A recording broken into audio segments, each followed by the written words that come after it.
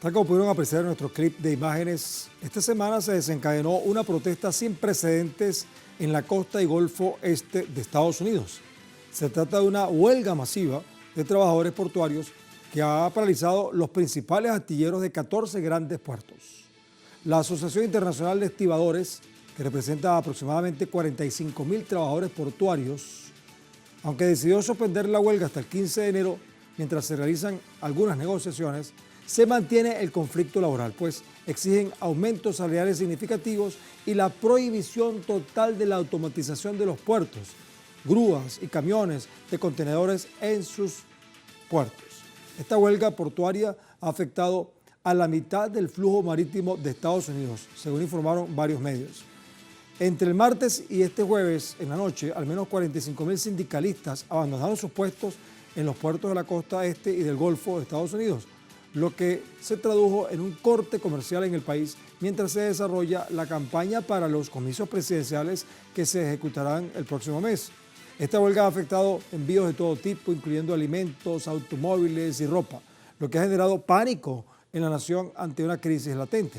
Según algunos expertos, esto le ha costado a la economía miles de millones de dólares diarios, especialmente a las empresas que dependen del transporte marítimo para exportar sus productos, por supuesto, o recibir importaciones. Esta huelga portuaria ha afectado a la mitad del flujo marítimo de Estados Unidos, según informaron varios medios. Entre el martes y este jueves en la noche, ya les dijimos que al menos 45.000 sindicalistas han abandonado su puesto. Pero vamos a hacerles la pregunta del momento. La pregunta que tenemos para ahora es una encuesta que queremos que ustedes nos ayuden a responder. Se trata de una encuesta que está en Telegram, en Telesur TV, y dice lo siguiente. En vísperas de elecciones presidenciales, trabajadores portuarios de Estados Unidos realizan una huelga general por mejoras laborales y contra la modernización con automatización de los puertos. Y nos preguntamos, en este escenario, ¿qué va a pasar? Hay 5 opciones. 1, mejorarán los salarios de los trabajadores. 2, automatizarán y despedirán a trabajadores no indispensables. 3, modernizarán garantizando la estabilidad laboral. Darán acciones a los trabajadores, sería la 4ª opción. Y la 5ª es que la crisis impacta y ha impactado a otros sectores. Si no has participado, puedes hacerlo ahora a través de nuestra cuenta Telesur TV en Telegram, porque más adelante revisaremos y asociaremos todas las respuestas para observar las tendencias. Bueno, vamos de inmediato a Estados Unidos para conversar con un amigo de esta casa, colaborador permanente de Telesur, quien, bueno, estando allá, pues ve las cosas con más claridad. Se trata de Danny Shaw, profesor de estudios internacionales de la Universidad Pública de New York, quien nos acompaña entonces desde allá. Dani, ¿cómo estás? Invitación. Bien, cuéntanos, sabemos que, bueno, estuvimos todo el día haciendo el seguimiento del proceso de la huelga, pero hace pocas horas, no sé si minutos, se aprobó un acuerdo que no significa lo que estaban pidiendo los trabajadores, un acuerdo para suspender la huelga hasta el 15 de enero. ¿Por qué se produjo este acuerdo de suspensión de la huelga? ¿Qué hay detrás de esto? ¿Qué tipo de negociación se hizo? Hace aproximadamente una hora que se firmó ese acuerdo. Ellos ganaron un 4% de salario, de aumento de salario. Estaban pidiendo 5%, pero decidieron con su liderazgo firmar ese acuerdo. Parecía que había bastante militancia. Puede ser que la base de ese sindicato no está conforme con el liderazgo. Vamos a tener que esperar a ver qué sucede. Lo que sí se puede decir es que eso tuvo un gran impacto. Eso estaba en todos los titulares y claro, con ese holocausto sionista contra el pueblo palestino y ahora que se ha extendido al Líbano, están bombardeando constantemente a Irak, a Siria y se espera tal vez una guerra contra el pueblo de Irán. Nosotros esperamos que tal vez la conciencia de esos trabajadores posiblemente iba a afectar a ese genocidio.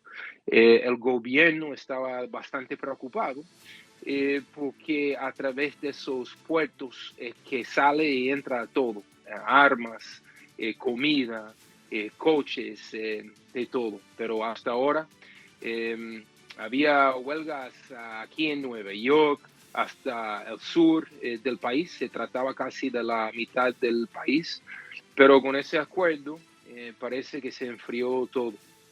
Bueno, Dani, pero vamos a revisar qué fue lo que pasó y eso está ahí, como quien dice, en animación suspendida. Estibadores se pronunciaron tras el rechazo de mejoras salariales por parte de la Alianza Marítima de Estados Unidos. Me estaba explicando una analista que los puertos son del gobierno, pero la operación es privada.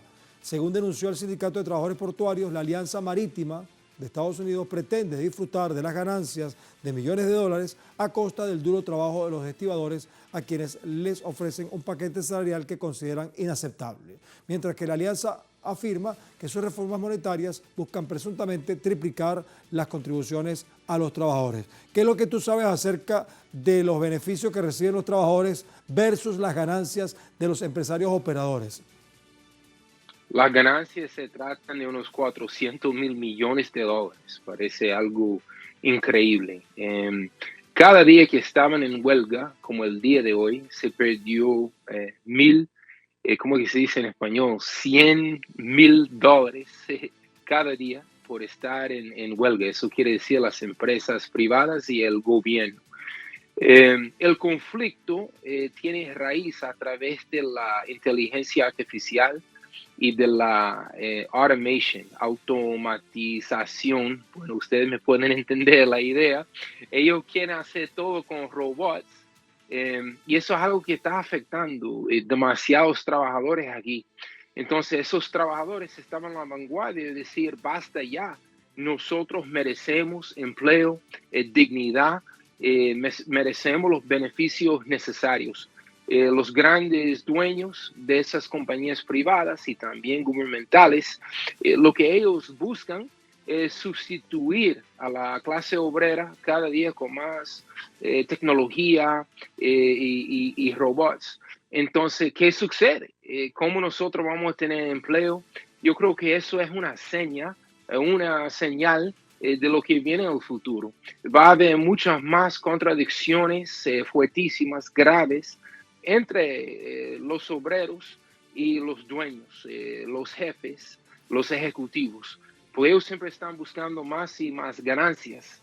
Y para ver eso, la panorama completa, ya estamos hablando de un mundo donde hay 6 multimillonarios, en inglés decimos billionaires o billonarios, que tienen más riquezas que 5.500, se dice en español, 5.000 millones de personas en el Correcto. mundo. Sí. Bueno, Esa es la gran contradicción. sí, bueno, también está la presión de que China es un gran exportador y también está muy automatizado sus puertos. Ahora bien, esta huelga ha entrado en una etapa de suspensión hasta el próximo 15 de enero. Recordemos que es la etapa invernal, viene la Navidad, bueno, y quizás eso ha generado un poco de, digamos, de entendimiento por parte de los portuarios. Quizás sí, quizás no, pero también es periodo electoral. Según la cuenta de noticias de Associated Press, AP, el sindicato ha llegado a un acuerdo para suspender su huelga hasta dicha fecha, 15 de enero, para tener tiempo de negociar un nuevo contrato, dijo una persona informada sobre el asunto al medio. Esta información, que fue confirmada por el mismo presidente del país, Joe Biden, fue aplaudida por la Asociación Internacional de Estibadores y la Alianza Marítima por unirse para reabrir los puertos de la costa este y del Golfo y garantizar la disponibilidad de suministros críticos para la recuperación y reconstrucción tras el huracán Helen, que también, bueno, fue un factor que influyó en las conversaciones.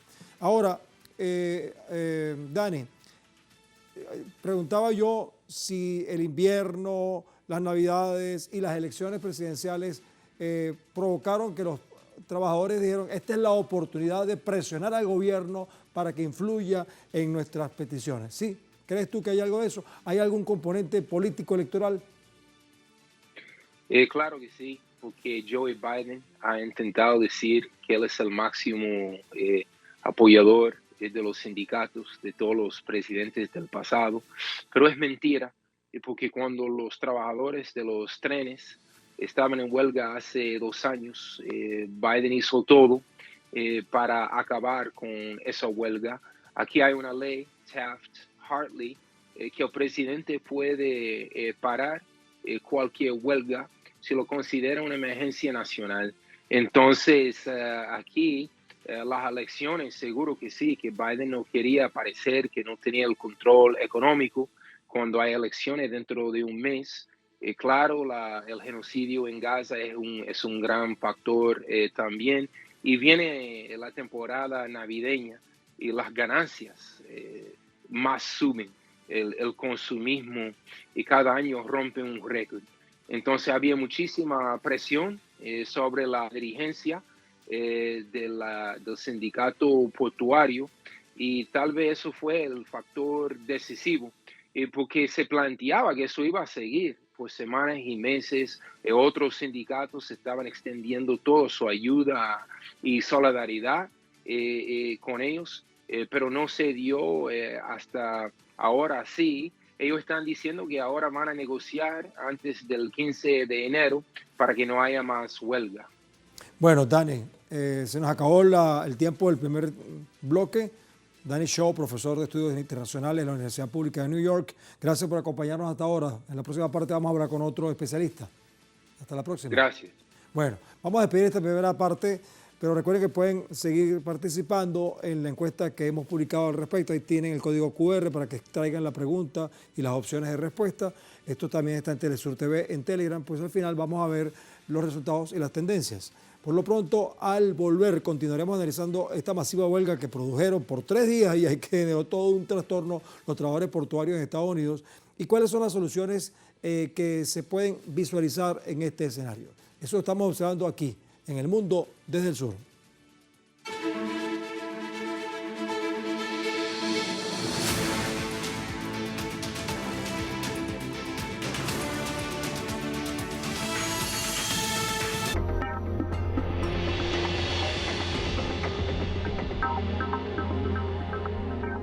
El gobierno de la presidenta Xiomara Castro declaró la energía eléctrica como un bien público y un derecho humano.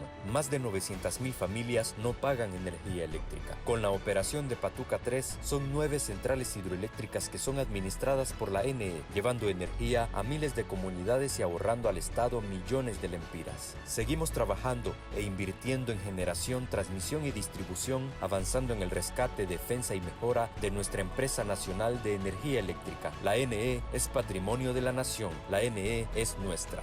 Xiomara sí cumple. Gobierno de la República.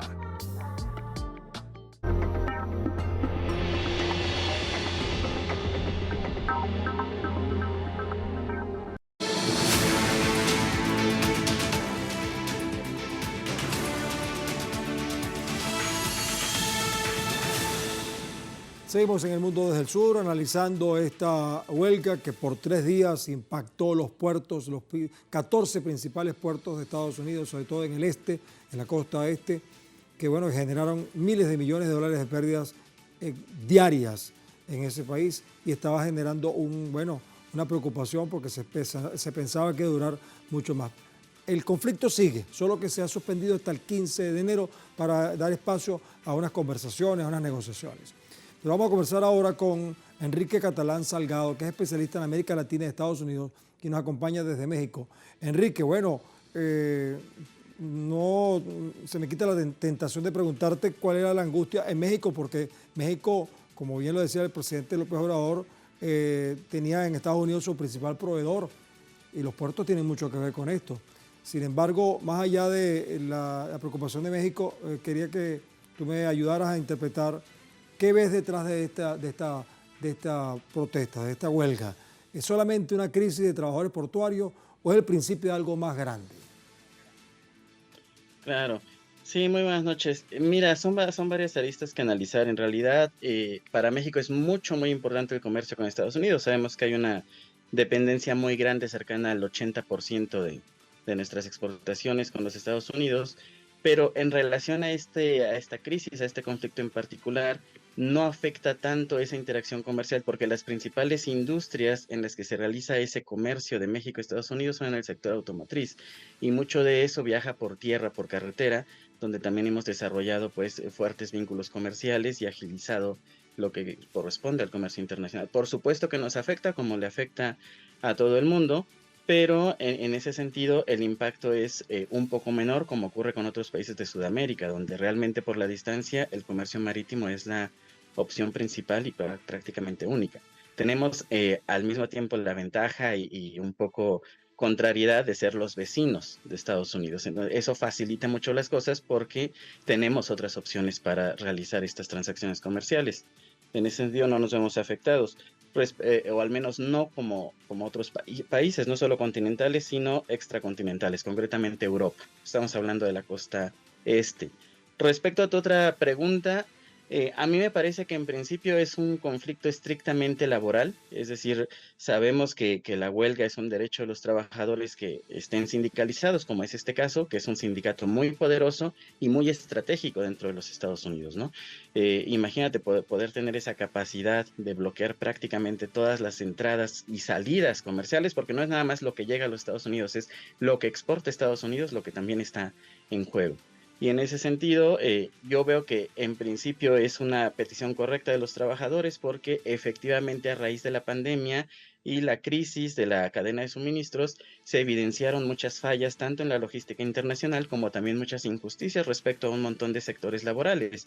Y también vimos un incremento en las tecnologías que afectan al sector obrero. En este sentido, creo que inicia sin ningún trasfondo político, en este caso, con la cercanía de las elecciones, pero que evidentemente sí el sector trabajador, en este caso los estibadores, tomaron en cuenta, ¿no?, como una opción estratégica toda la coyuntura de lo que se viene. Son las elecciones, son las temporadas altas de comercio internacional por las fechas navideñas y por varias otras festividades. Entonces, una huelga pues no surge, digamos, de la nada, ¿no? Tiene una planeación también desde la lógica de las necesidades y el cumplimiento de objetivos de los demandantes. Bien, Eso Enrique, es lo que observo. vamos a escuchar qué dice el gobierno de Estados Unidos, porque según explicaba una analista con la que conversé en horas de la tarde, los puertos son del gobierno, o sea, del Estado, pero la operación es privada, ¿no? Recordemos que el reciente martes la secretaria de prensa de la Casa Blanca afirmó que no hay de qué preocuparse, justo cuando crecía el pánico y los índices económicos parecían ser los principales afectados. Vamos a escuchar lo que dijo Karine Jean-Pierre al respecto. Tendrá ningún impacto inmediato en los suministros o precios del combustible. En cuanto a los alimentos del Departamento de Agricultura, no deberíamos esperar cambios significativos en los precios de los mismos o la disponibilidad a corto plazo. En cuanto a los medicamentos del Departamento de Salud y Servicios Humanos, los impactos inmediatos en medicamentos, dispositivos médicos y fórmulas infantiles para consumidores, padres y cuidadores deberían ser limitados, pero, por supuesto, vamos a monitorear esto de cerca. Suponiendo que esa huelga hubiera durado más tiempo, ¿qué visualizas tú? Es más, de aquí al 15 de enero, ¿qué crees tú que va a pasar para que lleguen a un acuerdo? Y otra cosa, me imagino que la automatización es importante, la modernización, porque ante la competencia con otros países como China, qué sé yo, Rusia, la misma Alemania que tiene buenos puertos, Europa, para Estados Unidos debe ser muy importante este proceso de automatización, ¿no? Sí, por supuesto. Habría que anexar ahí varias cosas para una interpretación coyuntural más enriquecida. Por ejemplo, esta cuestión del audio que tú presentaste me parece una interpretación correcta.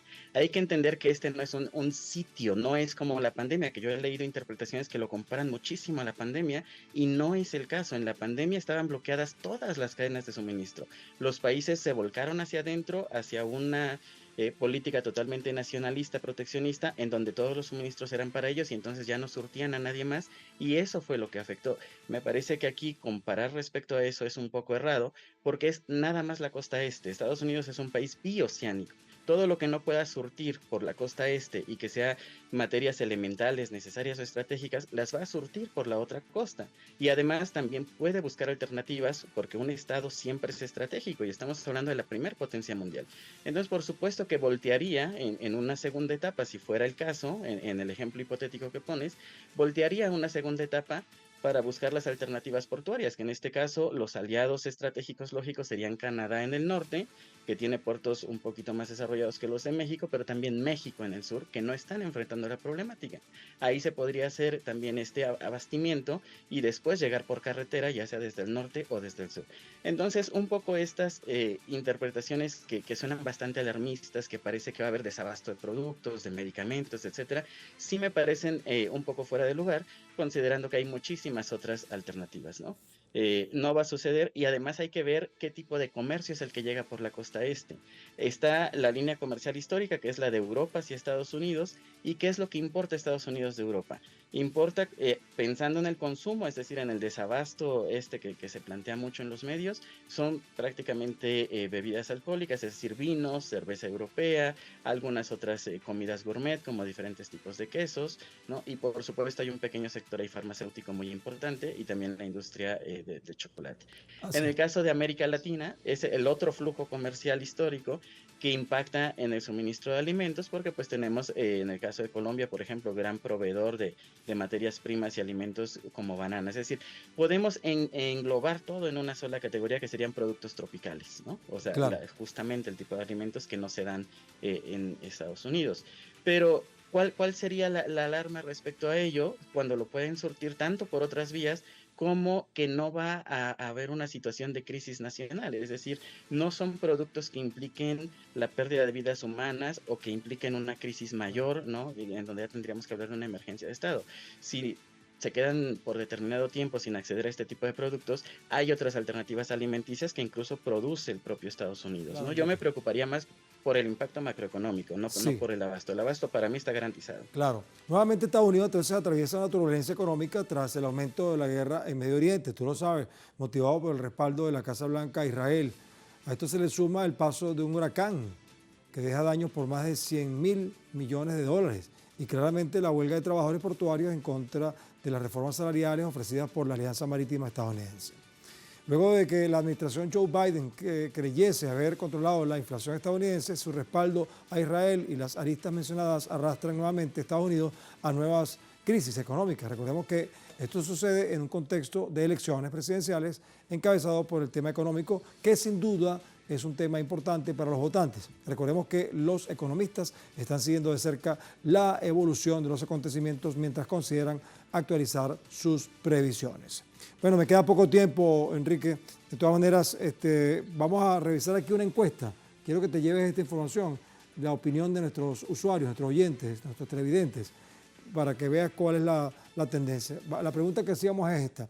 En víspera de elecciones presidenciales, trabajadores portuarios de Estados Unidos realizan una huelga general por mejoras laborales y contra la modernización y automatización de los puertos. Entonces nos preguntamos, ¿qué pasará?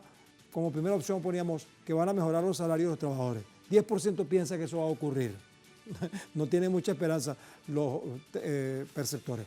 41% dicen que automatizarán y despedirán a los trabajadores no indispensables. Fíjate tú, es la opinión de nuestra audiencia, la mayoría.